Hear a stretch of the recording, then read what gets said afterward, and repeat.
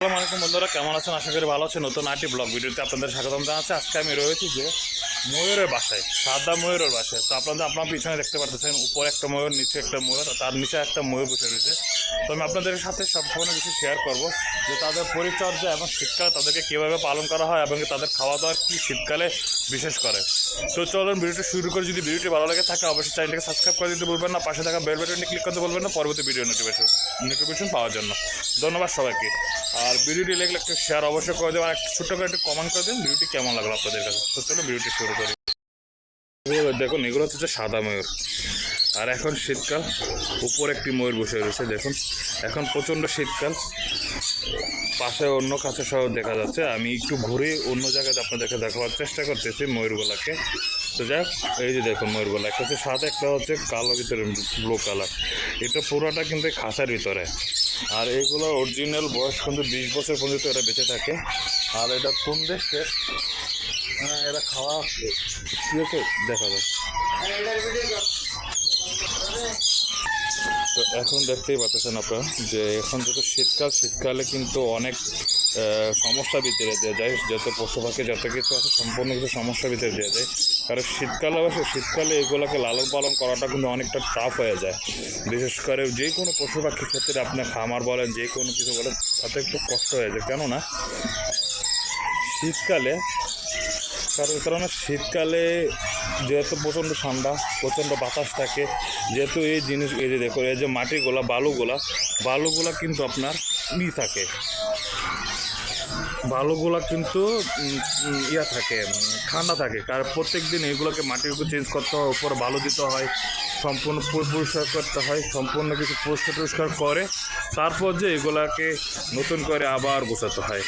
যেহেতু এখন সকাল টাইমে কিন্তু তেমন একটা খাবার খায় না তারা।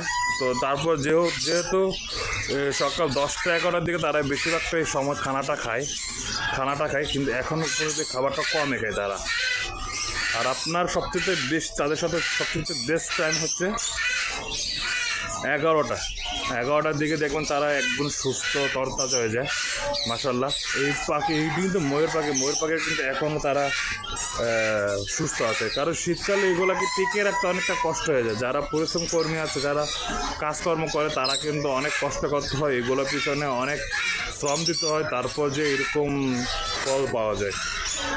আর বিশেষ করে যারা কাস্টমাররা কিন্তু তাদেরকে অবশ্যই খাবার দেয়। খাবার দেওয়ার কারণে কিন্তু তারা আবার এদিক থেকে তো খাবার দেওয়া হয় থেকে, চিড়িয়াখানা থেকে, আবার থেকে খাবার দেওয়া হয়। দেখুন এই পাখির একটু ঝাঁপ মারবো, আমার সম্ভবত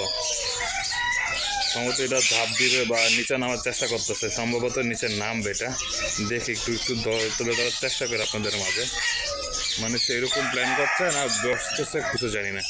আর বিশেষ করে হচ্ছে এগুলো হচ্ছে নতুন, হ্যাঁ, এগুলো কিন্তু একদমই নতুন, হ্যাঁ। আর এটা হচ্ছে ওই যে পুরান সাদা যে জোড়াটা, এই জোড়াটা হচ্ছে যে নতুন, আর এটা হচ্ছে পুরান। আর একটা ময়ূর ছিল, ওইটা সম্ভবত মারা গেছে না কি হয়েছে আমি বলতে পারবো না, কিন্তু এটা একদমই নতুন। আর এদের প্রিয় খাদ্য কিন্তু তাদের খাদ্য হিসেবে কিন্তু খেয়ে থাকে সিট, যে দেশি মুরগি ক্ষেতের যারা খামার করে বা ফার্ম মুরগি যে সিটটা খেয়ে থাকে, ওই সিটটা কিন্তু খেয়ে থাকে তারা বেশিরভাগ, যেটা মুরগি খাদ্য হিসাবে আমরা বুঝি, হ্যাঁ, যেটা মুরগি খাবার হিসাবে আমরা বুঝি, এটা কিন্তু ওই জিনিসটা খেয়ে থাকে।